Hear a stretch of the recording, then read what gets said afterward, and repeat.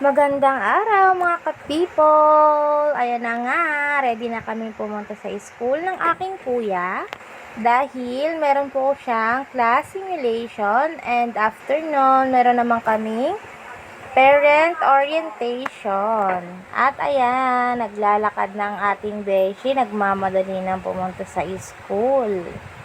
Akala mo naman talaga, siya yung a-attend ng meeting doon. Nagmamadali lang yan, magpapabili na naman yan doon siya sa school. At ayan na nga, buti nga nung paalis na kami, tumila na yung ulan. At ayan yung bata, pagtingin niya sa camera, nakangisa agad. Diba, bungis-ngis na bata yan. Tuwa-tuwa lagi pag natutukan ng camera At ayan, naglalakad na kami papunta ng eskwelahan. Medyo napaaga nga kami ng alis. Ang start talaga ng parent orientation is 10:30. 9:30 pa lang mga ka-people. Papunta na kami. Kayong aking bunso, nagmamadali siyang pumunta. Akala mo naman talaga may gagawin siya dun sa school. At ayan na nga, umakyat na kami papunta sa room ng aking kuya dahil sa 3rd floor pa yung kanyang room. Kaya medyo hiningal tayo ng bell light.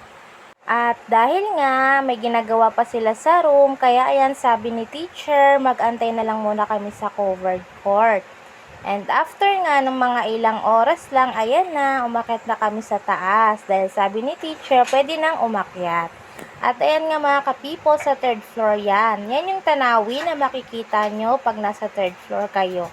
Puro puno at green na green talaga. Parang dashboard ko lang. Chari! Siyempre, pinaghirapan natin maging green yan, no? Nung mga nakaraang linggo, kaya mga ka-people namumula yun.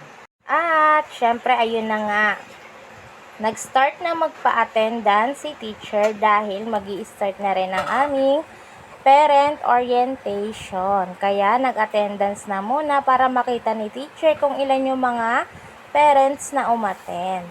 At after nga namin mag-attendance, ayan, nag-start na si teacher sa kanyang mga sasabihin kung ano ang mga pag-uusapan namin dito sa parent orientation na ito.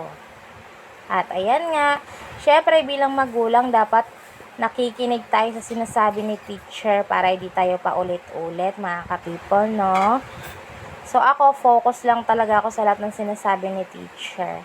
Parang ako yung estudyante dyan. Charing! Kailangan naman talaga ganun, guys. Sa isang meeting, kailangan makikinig ka talaga sa nagsasalita sa harap dahil mahirap nga naman yung paulit-ulit kang nagsasalita tapos wala naman palang nakikinig sa'yo.